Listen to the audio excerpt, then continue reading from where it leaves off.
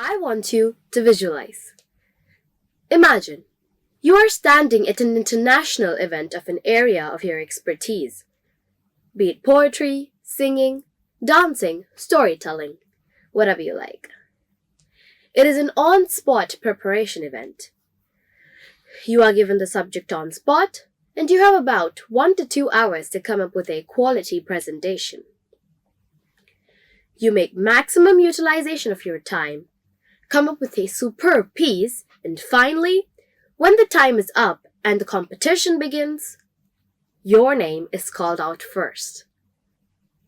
Now, how would you feel? Many of you would be horrified, cursing at the host for selecting you out of all the other people. I mean, why me when there are so many others here? Now, if you had the option to accept or delay your presentation, which one would you opt for? Without doubt, I can already hear the thoughts of many of you. You would decline. I just need more time. But really, come to face it, is it actually about the lack of time? Or are there some other thoughts running through your mind? Well, maybe it's to hear the other presentations and get into the flow. At least that's what you make yourself believe. Deep down, you know that's not the truth. Let me just run you through a small illustration. You have a beautiful orchard, one that you nurtured and grew all yourself, putting tremendous effort and attention to each and every flower. But one day, as you watch, among your garden of lovely florets, there is an unwanted weed rising, pulling away the nourishment from your flowers that helped them cultivate and thrive, slowly but silently extinguishing the uniqueness of each flower in your garden. Now, imagine this orchard to be inside of you. The roses that blossom in your garden are your extraordinary talents that make you an distinct and individual person. The soil on which you anchor your talents is your base foundation as a distinct person. And the base ground for you is none other than self-confidence. The rocks laid on the earth before any building is constructed. And on these rocks of confidence, you build up your tower of life brick by brick. Your awe-inspiring talents are each of these bricks. But coming around back, without this base foundation, none of the skyscrapers and wonder buildings of today would exist, from the Burj Khalifa to the Taj Mahal.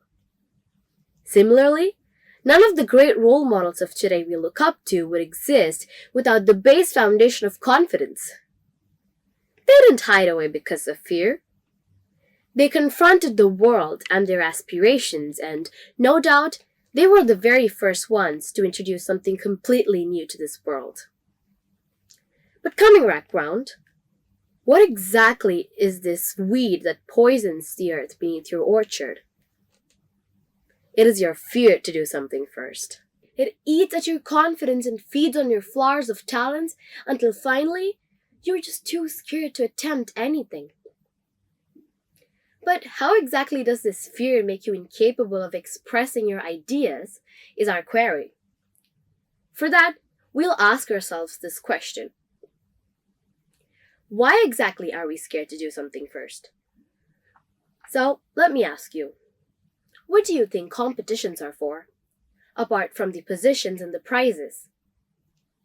Is it to impress other people, get compliments from them, and blow their minds with our amazing talents? You may have to rethink that.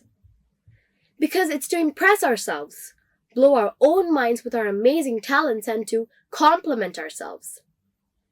It's all about self-discovery, but now we've centralized it to create impressions for the ones around us, knowingly or even unknowingly. So that leads us to reason 1 on why we're scared to do something first. We are worried about creating bad impressions. Now, there are science experiments going on all of the time. When it's your first time at the laboratory and you mix up a few chemicals for an experiment, you mostly never know what's going to happen, right? So, would you rather attempt a science experiment which could be disastrous and end up in vigorous flames? Or would you stay away from the risk to stay safe? That's a question we all have to ask ourselves. So that leads us to reason 2. We are apprehensive of the outcomes. We all want to be successful in all our endeavors, right? But sometimes we have the false mindset that when one failure strikes, the world ends. But that's not the story of the role models that we look up to today. I'll speak from my own experiences. I'm a young fiction novelist with my novel, The Csirars, published all around the world. I have been on a journey all about writing and publishing my fiction novel. But it sure hasn't been easy. It's required a lot of self-trust, and frequently I found these questions in me. What if nobody likes my book? What if they find it boring and disappointing?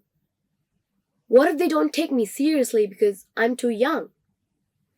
And often I found myself writing like a different person to fit into the accepted standards.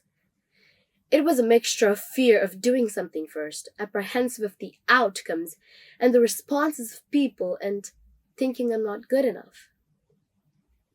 But once I started accepting myself, my differences, and my styles for who I am, I found myself back. The version of myself that writes fun and authentic stories with hilarious and sometimes scary twists. See, if I had never overcome that fear of doing something first, I would have never owned the title of a child author, and I would have never been recognized for my talent. And this is just my story. You can shape yours like this too. But that's by first overcoming the fear of doing something first. But the path to that? Well, as they say, you have to pave your own way. But I sure can tell you this, that your authentic self is your best self, and your authentic way of doing something is your best way. With a I'm ready to do anything mindset, you can do absolutely anything, from traveling all around the world with no plans at all to being the first one in the world to find a cure to maybe cancer. These examples point out that you can do anything you put your mind to, getting rid and overcoming the fears, obstacles in your way. So, your task for today is to go to a mirror and with a proud and confident smile, tell yourself, my authentic self is my best self. I can and I will. Thank you.